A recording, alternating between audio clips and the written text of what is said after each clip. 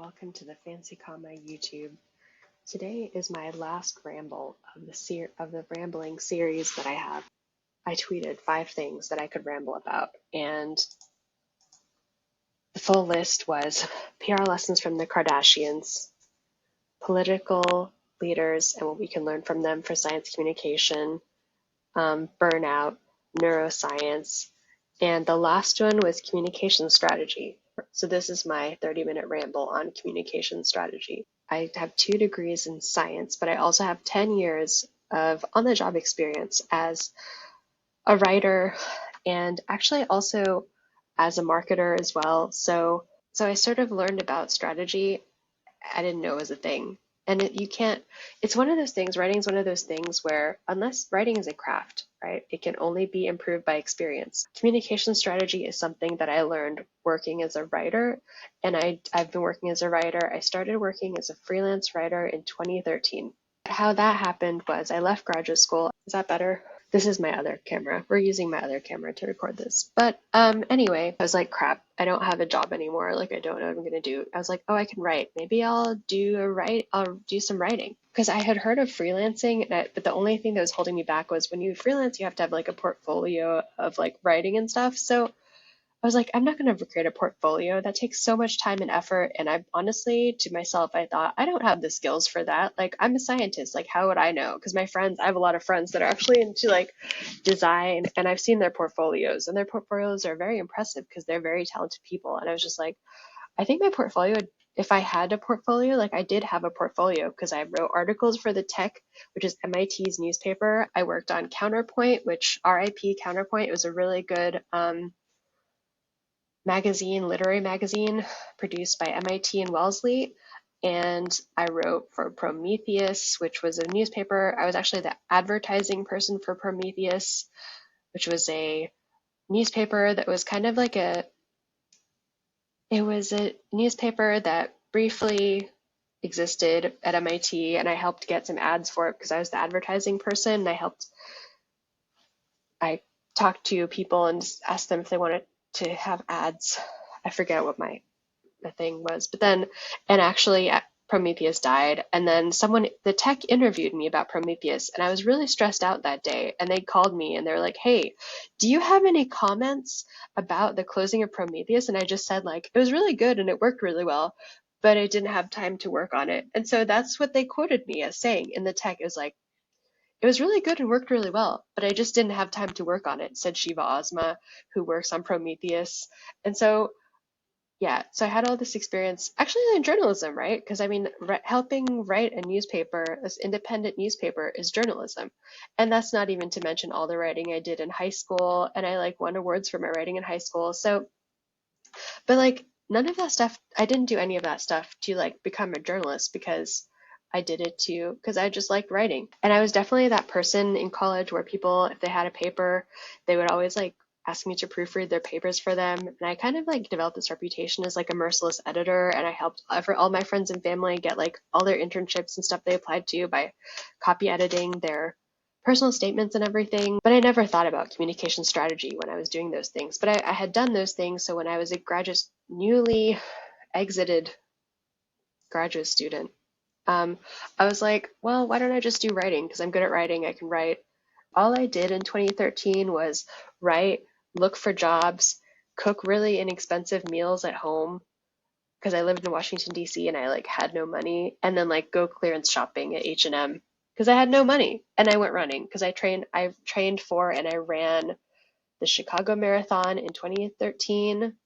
And then I trained for and ran and PR'd at the Marine Corps Marathon in 2014 because I was really sad because I had just left graduate school and here I was thinking I would be a scientist, and then I was just like a nobody.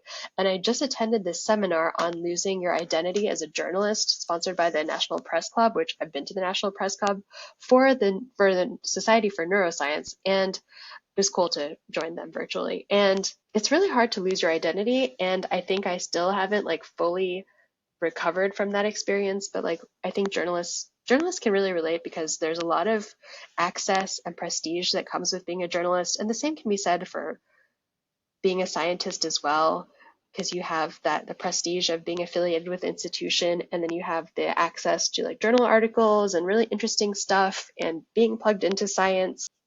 One thing that they said at that seminar was prioritize self-care and find awe in the everyday, and don't force yourself to work at that same level of stress and everything that you had when you were a scientist. But I realized after 4 years of working really, really hard for doing fancy comma stuff, I kind of am just repeating the same old work habits that I did as a scientist, toxic work habits. And so now that I realize that, I feel more determined to like kind of like put those behind me and work on building the castle that if you watch the burnout video, you can figure out why I'm suddenly obsessed with castles, the castle that fancy comma is becoming. So,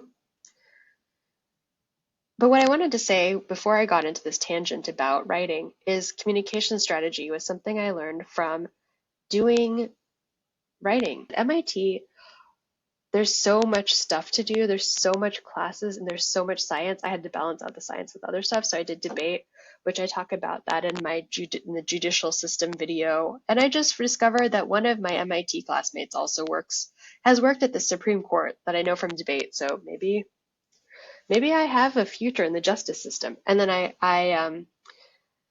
had a radio show, which is also an example of broadcast journalism. It was a live radio show. I played music, and then I had a radio show at Georgetown. I never thought of any of those as communications, but like I did a lot of communications. I loved that so much, and same with like the newspaper stuff, which is also journalism. But then here I am, like not thinking I'm a journalist, having like the worst imposter syndrome ever because like in my mind, journalists don't look like me. They are much more literary, but I think like one thing I'm trying to do is try to um,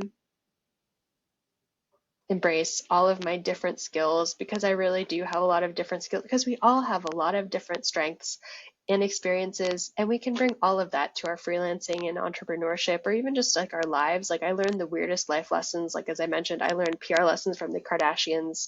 I learned communications lessons from doing a radio show because you have to figure out how to explain stuff. That's where the strategy piece comes in. You like have a strategy for like for my radio show, for example, I would like have a strategy for like I'm going to play 3 songs, and then the first one's going to be like such and such song, and then like you play the other songs, and then it's like by the middle of the set, then you have like a different vibe, and then you do like just switch it up a bit, like play I played a lot of world music, play some world music, then play like a really fun indie rock song, which if you lived in Cambridge, Massachusetts in 2001 to 2005, like I did, there are some indie rock songs that are just totally my jam, like Cat Power, Hiwar, such a jam. Until I sat down to record this ramble, I never thought about all of my communications experience that I just like randomly have. And I wonder, have I been, because I think as women too, we tend to just like downplay our accomplishments, and like unless you have like a big name, like oh I did journalism with like the New York Times, like that's like really impressive. But if you do like journalism, like if you like a lot of people can do journalism, they don't even know they're doing journalism. Like let's say you're writing about something that happened on your blog, but you're technically you're writing a news story in some ways. And like today I was helping someone, tutoring them with journalism, and I was like really proud of them because they actually had like some really good questions. And I think like my new thing for myself is I try to embrace journalism because it's like in some ways journalism, it's like science. It's very competitive. But you don't have to, in the newsroom, it's very competitive, but you don't have to do journalism in the newsroom. You can do it in many ways. It doesn't have to be written. It can be audio, it can be video. The strategy piece, there's a lot of different pieces to communication strategy. Obviously, strategy is what are you going to say? So it's like considering things like who's your audience? Like, what are you going to say? How are you going to say those things to your audience? What is the goal you want to achieve with your communications? And that's something I talked to Dr. John Besley about, and I'll link to that video as well. Most of the strategy work that I do in my day-to-day life as a freelance communicator. Most of that work is written. I feel like the more I do science writing, the more people look to me for strategy experience. Today, I was watching on CNN, I was watching this thing. It was like a strategic campaign advisor on CNN, and he was talking about the fact that Kamala Harris, who's the vice president, is going to talk to voters, and based on her conversations with voters, she's going to help refine the messaging strategy for the Biden campaign, which is like kind of also the kind of work that I do. And that's actually exactly the work that I did in the 2022 midterms when I was like phone banking. I'd ask people, what issues are most important to you? And I was calling phone banking Arizonans in both English and Spanish.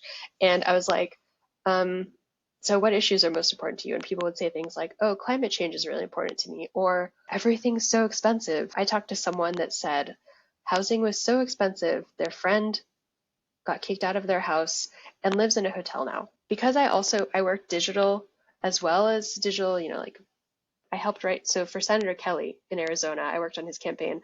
I did phone banking once a week on Wednesdays. And then I ended up doing actually twice a week, Wednesdays in English, Saturdays in Spanish, and then because I'm bilingual, I minored in Spanish in college, and I've never been to any Spanish speaking countries. I've been to Quebec, and I actually know French as well, but not as well, and I know Farsi, so I'm like, what is that, quadrilingual? It's really important to have a holistic communication strategy. So that's why I was like, well, that's a really good idea that Joe Biden, from a messaging perspective, because messaging is part of communication strategy, it's like, what are you saying?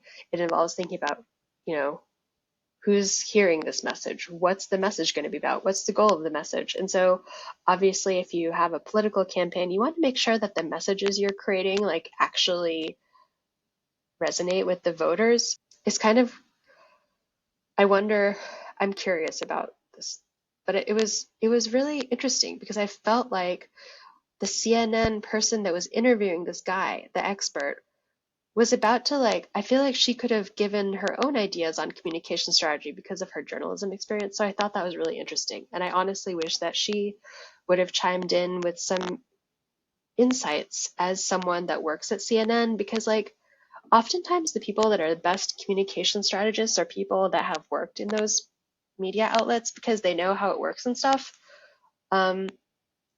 In the political world, my communication strategy idol is Kellyanne Conway. She's a genius. She's truly a genius. For the Republicans, I feel like she has her finger on the pulse of ideas that are important to Republicans. Like, I've read her book, Here's the Deal, and I could relate to her a lot. First of all, I just had this, after I read her book, I just had this desire to become the next Kellyanne Conway of science communication. And I'm really interested in reading more books about democratic communication strategists. So if you have any suggestions about, and also pollsters, because Kellyanne Conway is a pollster. Her whole life is in Here's the Deal, and you can read about that if you're interested. Especially as someone that's female, I just find that there's so few role models. I would love to, I don't know, do you guys know any communication strategists in the political world? How can I become a communication strategist for political people? Because I have so many strategy. I have all these, the more you work in communications, the more perspectives you get. So, if you want to become, a really good communication strategist, just, try to learn as much about, try to do different types of communications, because you just get this really holistic perspective about the communications landscape. Another thing about communication strategy that I find really bizarre is, especially in our social media age, is this whole thing of they post something on TikTok and then it goes viral. Today, here, let me try to pull this up. It was a TikTok this girl posted about her dad. She works in Hollywood. So I guess she's a content creator. Okay, I wake up at 6 a.m. to do some work. I get my coffee. I sit down. I open my computer. And what am I greeted with? Well, hundreds of comments calling me a deadbeat dad, a child abandoner, and all manner of other insults. So I think, what's this all about? Well, after a few minutes of investigation, I discover that my daughter, Maddie, has made a video about me. She's a screenwriter in Hollywood. She's also a big social media influencer with millions of followers. Some of her videos get millions of views. And this video has tens of millions of views. 1 million likes, 20,000 comments, 40,000 bookmarks, 30,000 reposts. It's just insane. So I thought I'd better watch this video. And frankly, I was pretty chagrined by what I heard, to say the least. But honestly, the more I watch this video, the more I like it. Well, I like about 98% of it. However, I do need to correct a few statements in the video. But first, let's just watch Maddie's 90-second video, and then I'll give you my comments. What's a piece of trauma that you have that's funny? It has to actually be funny. I'll go first. My dad abandoned my family when I was 5 years old. That is a wife and 4 kids. He abandoned us and then pursued amateur breakdancing. Some more context is needed here. Needless to say, I will This story I'll talk is about like this in a moment. completely ridiculous. All right, let's continue but with the video. Really debunked. And he got really good. He like blew up. Like he became like a D-list celebrity status, like viral breakdancer. He became like the oldest actively competing breakdancer in the world. Then he got on Good Morning America and talk shows, and Washington Post wrote about him, and he went super viral, and he did all these interviews, and he danced with Paula Abdul. And here, I'll show you. See, take a look at this 60-year-old breakdancer. Yes, 60 years old. Amazing. That's Ben Hart. He's competing at a breakdancing competition in Philadelphia, and he may not have won, but I tell you what, he is winning over a lot of people on the internet. Yes. He really is. Yeah, he's winning a lot of people on the internet. This guy wouldn't pay my medical bills. That is not true. More on that in a minute.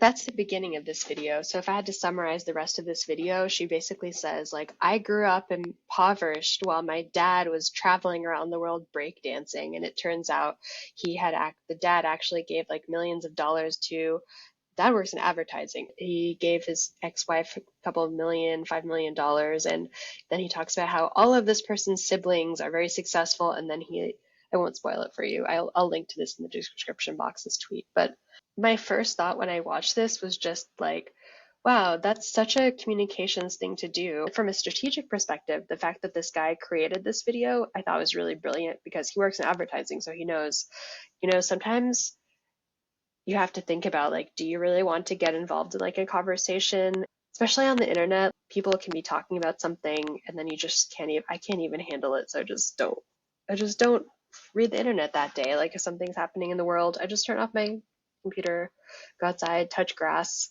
That means to go outside and like actually do something fun. After a while, when you start writing stuff and you get your clients write you and they're like, hey, can you do this? We want to do this strategy. And then you realize over time, like, hey, I could do that strategy myself. So then I started saying, hey, I can do strategy.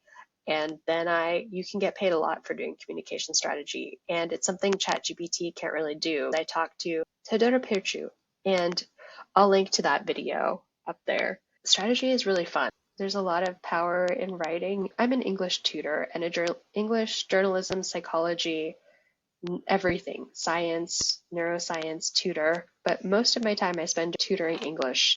Some people really love like obsessing over where commas should go, and I also really do enjoy that.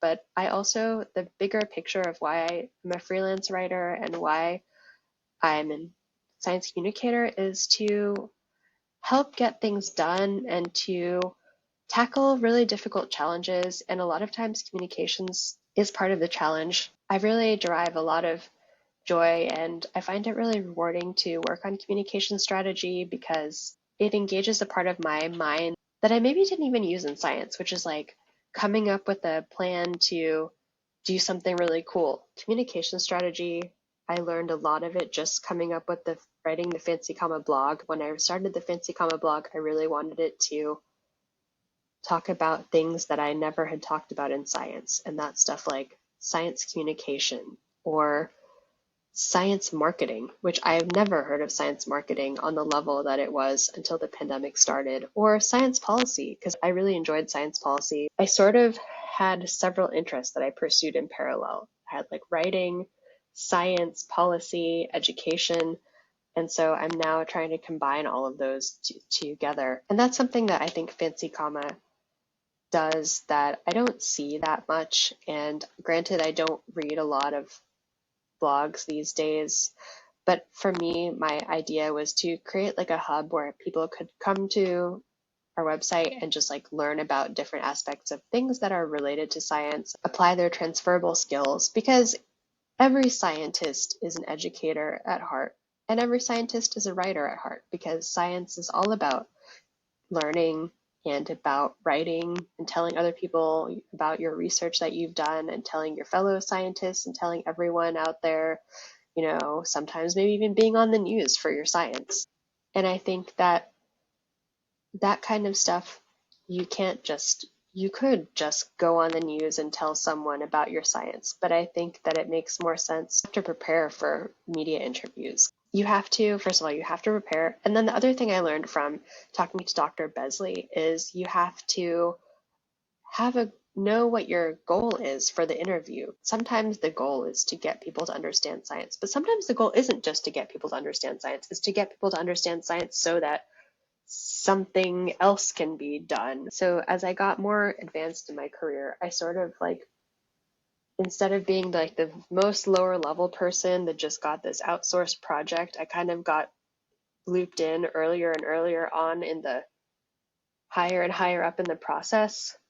And so I learned a lot about strategy. There was so much strategy involved in coming up with what was I going to say for Fancy Comma? How are we going to structure the blog? What are we going to write about? The goal of our blog is to inform people about things that they probably wouldn't read about.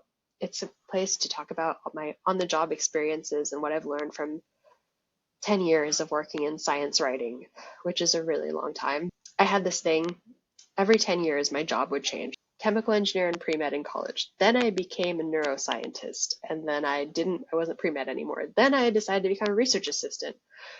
Then I applied to graduate school, and everyone was like, "What, aren't you supposed to be a doctor by now?" And I was like, "No, I'm going to go to graduate school." And then but after that, I actually left graduate school and became a writer. So life is so full of twists and turns. You get to take all of your previous career experiences with you. When you start over from something, you're not starting over from scratch. You're starting over with all of the experiences you had before. So even if you're starting over something, you're not starting over completely. Because that's what I thought when I was starting over. I thought oh crap, well, I guess I'm done with science. Science is out. Now I'm just going to do writing. And when people ask you, people didn't ask me. They were like, "Oh, you have a science background." And I always was like, "Yeah, I have 2 science degrees." But I was just in my mind, I was like, "No, I think I don't. I'm just going to not." And science that just didn't happen. But it's that doesn't make sense. How could something just not happen after happening? I have a lot of different research interests in neuroscience, and they involve the neuroscience of PTSD, finding novel ways to study it, using AI to look at the symptoms of PTSD and seeing if we can find anything there. I think that's really interesting. And then another thing is looking at PTSD in populations that we never talk about as getting PTSD, or the idea of vicarious trauma. I'm really interested in all of these things. We'll see how I can add that to my list of things I'm doing. The strategy piece.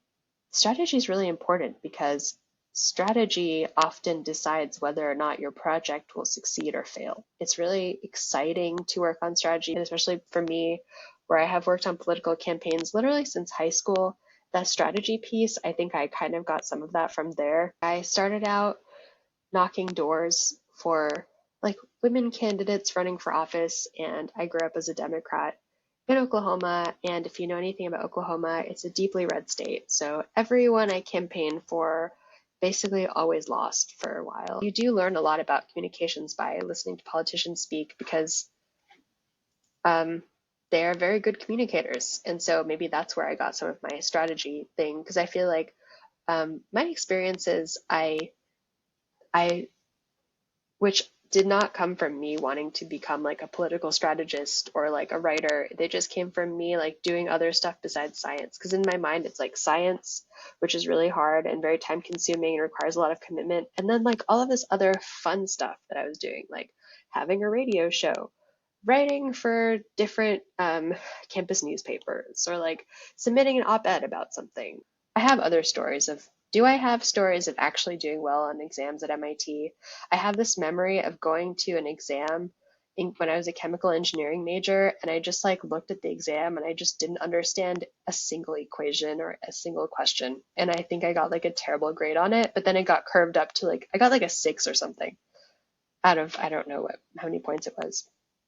But then it got graded up to like a D. Like you go to your exam, you don't understand a single word on it. You're like, I don't think I ever studied any of this. And then you got a D on it. Like you didn't even fail. That shows the level of difficulty that our class had. But that's really hard to constantly get bad grades like that. So that doesn't relate to communication strategy. So like the ironic part of this is that this is like a ramble. So like there was no communication strategy for this video. It's just like a video where you just ramble about everything. So what did you get from this video? I would love to know in the comments. But the cool thing about communication strategy is that it's like so goal oriented that all of your different experiences as a scientist, as a journalist, as an educator, any experiences you have can like go toward the strategy. Because it's like, especially if it's an experience that not many people have, that's very unconventional, that could be like your secret weapon for the communication strategy. And I find that being a scientist is, in fact, a secret, kind of like my secret sauce for being a communication strategist, especially if your strategy is very facts. You're like trying to communicate and convince people. Science is very convincing. People love facts. That's very persuasive. So yeah. So that's been my ramble on communication strategy. Liz, I hope you enjoyed this video.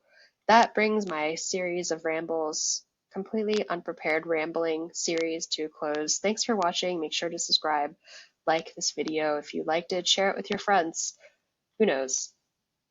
Record your own ramble about something and send it to us. Tweet it at me. I'd love to listen to you ramble about communication strategy. I'd love to know if there's anyone out there that has sort of these unconventional experiences and they're now in communications, like how those help them. Communication strategy. Communication strategy is like, you could even, like, I've heard about people making PowerPoints to like convince their parents that they need them to buy them something. I just saw this Instagram reel. It was like making a PowerPoint to explain to your friends what you do at your job. I guess that's an example of it's kind of involves communication strategy. But yeah, thanks for watching. And I'll catch you later.